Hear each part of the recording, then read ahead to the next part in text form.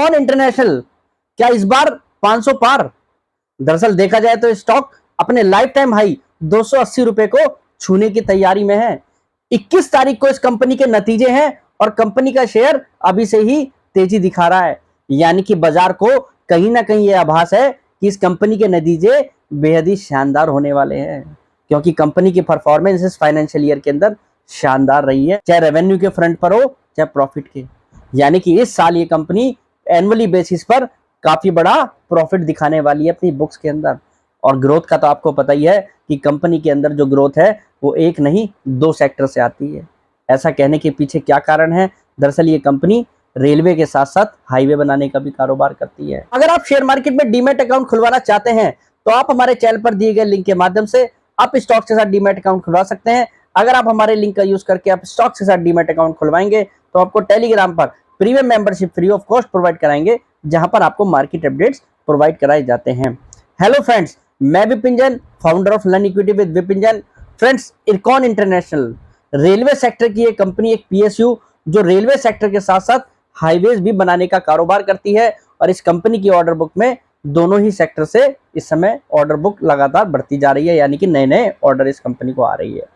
और कंपनी देखा जाए फाइनेंशियली फंडामेंटली काफी स्ट्रांग है और ये कंपनी इस साल की बेसिस पर भी काफी अच्छी परफॉर्मेंस दिखा रही है। और अगर हम तीनों क्वार्टर को सम करके देखें, 9 मंथ बेसिस पर देखें, तो इस साल इस कंपनी ने 9 मंथ बेसिस पर हाईएस्ट एवर रेवेन्यू क्लॉक किया है। और देखा जाए तो कंपनी 683 करोड़ रुपए के शुद्ध मुनाफे पर इस समय बैठी हुई है और कंपनी लगभग 8,976 करोड़ रुपए की सेल अब तक 9 मंथ बेसिस पर कर चुकी है। देखा जाए तो ये कंपनी पिछले फाइनेंशियल ईयर के अंदर फुल ईयर के बेसिस पर लगभग 776 करोड़ रुपए के प्रॉफिट पर बैठी थी, जो अब तक 9 मंथ के बेसिस पर 683 करोड़ रुपए के प्रॉफिट पर है।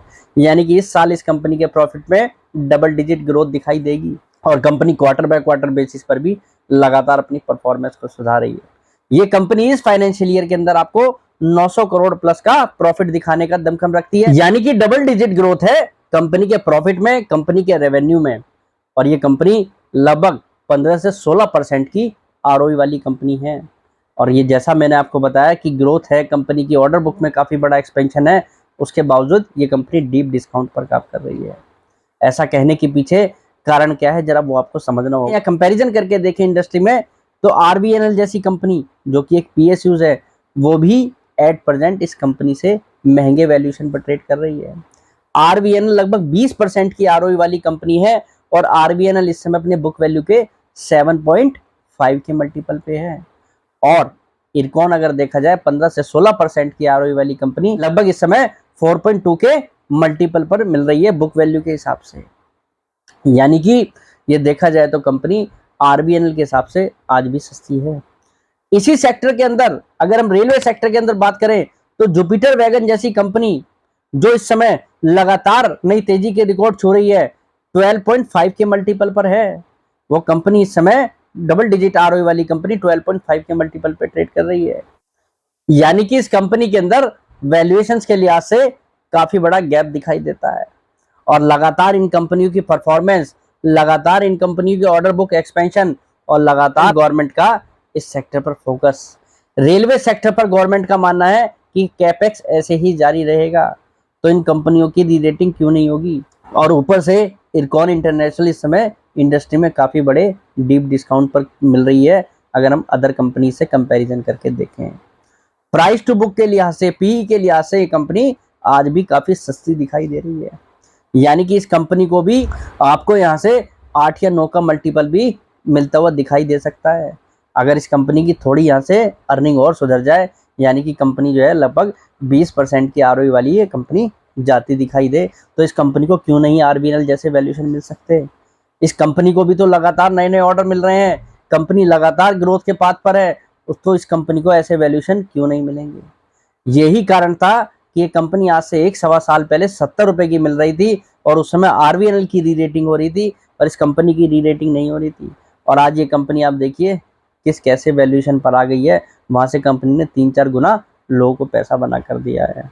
मुझे लगता है इरकॉन इंटरनेशनल का स्टॉक आपको, अगर आपने होल्ड कर रखा है या बाय करा हुआ है, तो इसको होल्ड रखना चाहिए। कन्विक्शन के साथ आप इस कंपनी को होल्ड कीजिए। ये सेक्टर री रेटिंग का एक स्ट्रॉन्ग कैंडिडेट दिखाई देता है और गवर्नमेंट का जो फोकस हाईवे और रेलवे पर है, तो इस कंपनियों को तो दोनों ही सेक्टर से इस समय फायदा मिल रहा है और खासकर इसके जो वैल्यूएशन है वो इसकी री रेटिंग का इसे एक स्ट्रॉन्ग कैंडिडेट बनाते हैं। और बाजार कहीं ना कहीं इस कंपनी के रिजल्ट को डिस्काउंट करने में लगा हुआ है, क्योंकि बाजार जानता है कि इस कंपनी के नतीजे दमदार होंगे, क्योंकि जिस तरीके से जुपिटर वैगन के नतीजे दमदार रहे, वो बाजार को लगता है कि रेलवे की अदर कंपनियों के भी इस समय अच्छे नतीजे होंगे, क्योंकि इन कंपनियों ने एग्जीक्यूशन पर विशेष रूप से फोकस किया है। तो मेरी नज़र में आने वाला समय रेलवे सेक्टर के लिए काफी पॉजिटिव हो सकता है और रेलवे सेक्टर के अंदर इस समय जो कंपनियां अंडर वैल्यूड हैं उनके लिए आने वाला समय काफी पॉजिटिव दिख रहा है।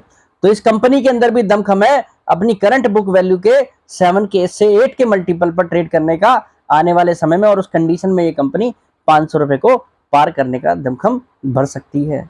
तो उम्मीद करता हूं मेरा आज का ये वीडियो इरकॉन इंटरनेशनल को लेकर आज आपको काफी कुछ जानने में मदद करेगा। हमने इस कंपनी को पहले भी कवर अप किया है और लोअर लेवल पे भी कवर अप किया है और आगे भी इस कंपनी को कवर अप करते रहेंगे जब तक इसके फाइनेंशियल्स, फंडामेंटल्स, वैल्यूएशन जस्टिफाइड रहेंगे। तो आज के लिए इतना ही, कल फिर मुलाकात करते हैं एक नई वीडियो के साथ। फिलहाल के लिए नमस्कार।